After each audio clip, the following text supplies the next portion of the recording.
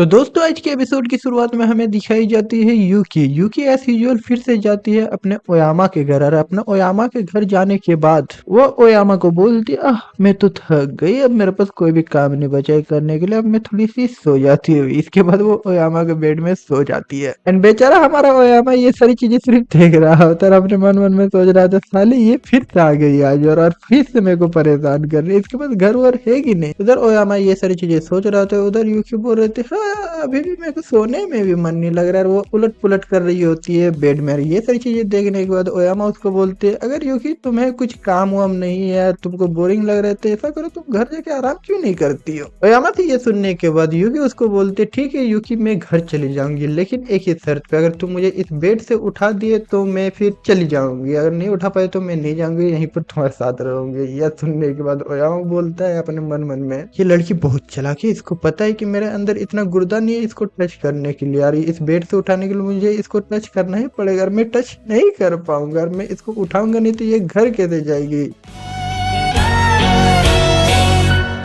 अब ओयामा के पास बहुत दुविधा थी, अब वो करे तो करे क्या, उसको समझ में नहीं आ रहा होता है। एक तो उसको इतना एम्बेरसमेंट फील हो रहा होता है कि उसको एक लड़की को छूने को मिलेगा, ऊपर से वो लड़की यानी कि यूकी आती है और उसको देखती है, देखने से ही उसे पता चल जाता है खत्म, bye bye, tata, good bye, गया। ने इसको बिल्कुल भी कुछ नहीं आता है यार। इस वजह से वो उसका और मजाक उड़ाते हुए उसको बोलते अरे ओयामा सच सच बताना तुम्हारी कोई गर्लफ्रेंड नहीं थी ना अभी तक। यूकी से ये सुन के ओयामा का दिमाग खराब हो जाता है, वो अपने मन में सोचने लगता है कि इसी वजह से मैं किसी लड़की से बातें नहीं करता, अगर उन लड़कियों को तुम्हारे वीकनेस के बारे में पता चल गया तो फिर वे लोग बेइज्जती पे बेइज्जती मारेंगे। अब मैं क्या करूं, मैं इसको किस तरीके का जवाब दूं।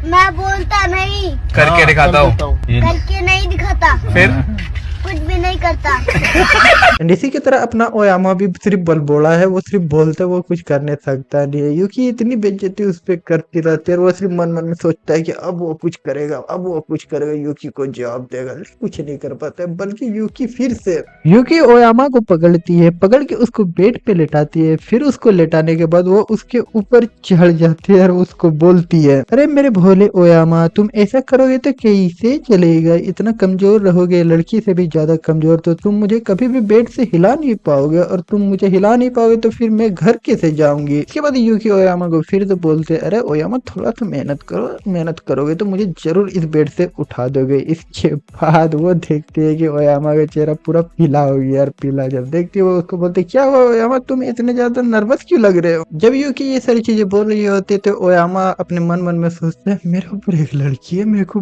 बहुत शर्म लग रहा है, लेकिन मेरे को यूकी से हारने में कोई दिक्कत भी नहीं है अगर यूकी इस तरीके की चीजें करे तो।